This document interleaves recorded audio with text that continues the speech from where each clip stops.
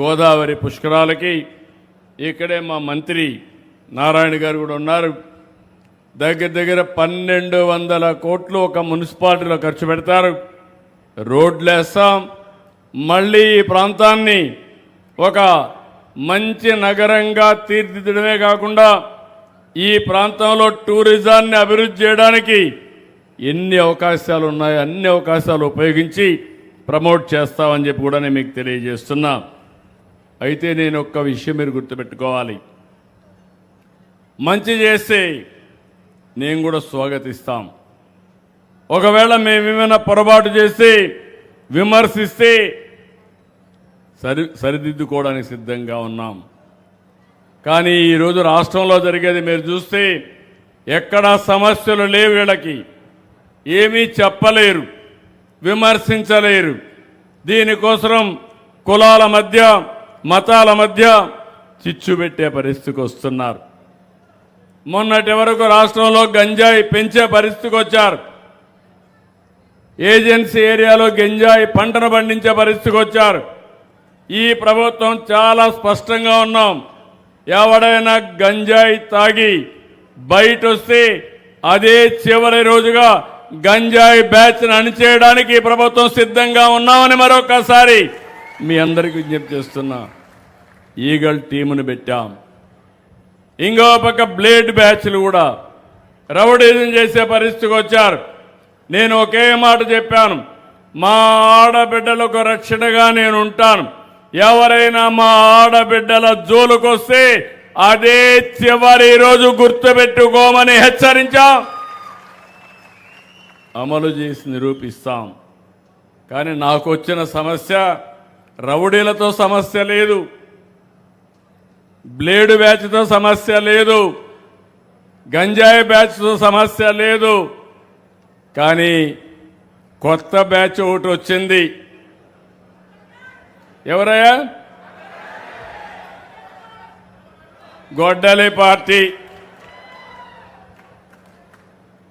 ఈరోజు మీరు చూడండి, ఎవరైనా సరే ఎంత ధైర్యంగా ఉన్నా మన ఇంట్లో ఆడవాళ్ళ గురించి క్యారెక్టర్ అసాసినేషన్ చేస్తే కుంగిపోతాం.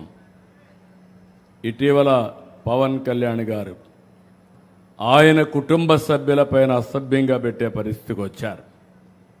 మాట్లాడితే ఎవరైతే పెట్టారో ఆయన్ని సపోర్ట్ చేసే పరిస్థితికి వచ్చారు నాయకులు. అంటే ఎక్కడికి మీ ఇంట్లో కుటుంబం లేదా? మీ ఇంట్లో ఉండే ఆడబిడ్డలకు రక్షణ అవసరం లేదా? అంటే ఏమనుకుంటున్నారు మీరు? వీళ్ళు ఇక్కడ ఉండరు, ఎక్కడో ఉంటారు. యూట్యూబ్ కానీ, ఇన్స్టాగ్రామ్ కానీ, ట్విట్టర్ కానీ ఇలాంటి అనేక వేదికలు పెట్టుకొని ఇష్టానుసారంగా తప్పుడు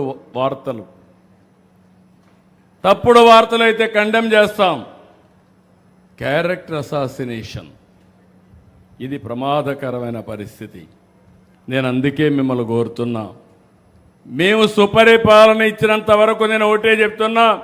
ఈరోజు గోదావరి జిల్లాలో చూశాను, మొన్న ఎన్నికల్లో చూస్తే ఒక్కొక్క మెజారిటీ కళ్ళు అదిరే మెజారిటీ ఇచ్చారంటే అది మీకు ఈ కూటమి పైన ఉండే అభిమానం. ఎక్కడో స్టూడియోలు పెడతారు, ఎక్కడో కార్యాలయాలు పెడతారు. అలాంటి రాక్షస మూకకు కూడా సపోర్ట్ చేస్తామని వీళ్ళు మాట్లాడే పరిస్థితికి వస్తారు. వాళ్ళకు ఫైనాన్స్ చేస్తారు. మీరు కూడా గుర్తుపెట్టుకోవాలి, నేను ఎన్నోసార్లు మీకు ఒక మాట చెప్పాను, ఈ యొక్క గంజాయి ఇది మాత్రం అన్ని నేను కంట్రోల్ చేస్తాను కానీ కొంచెం టైం పడుతుందని.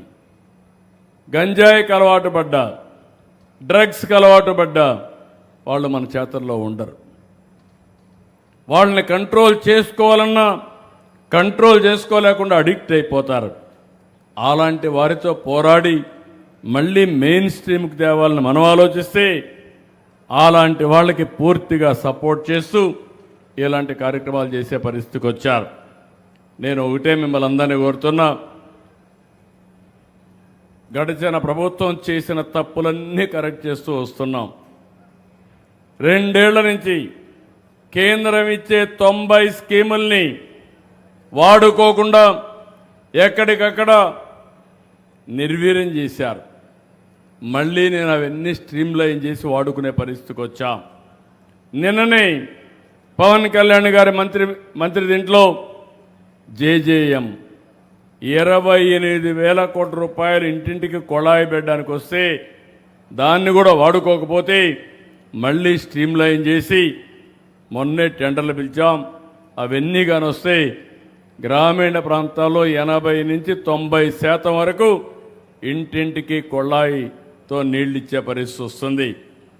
పట్టణ ప్రాంతంలో అమృత్ ద్వారా నారాయణ గారు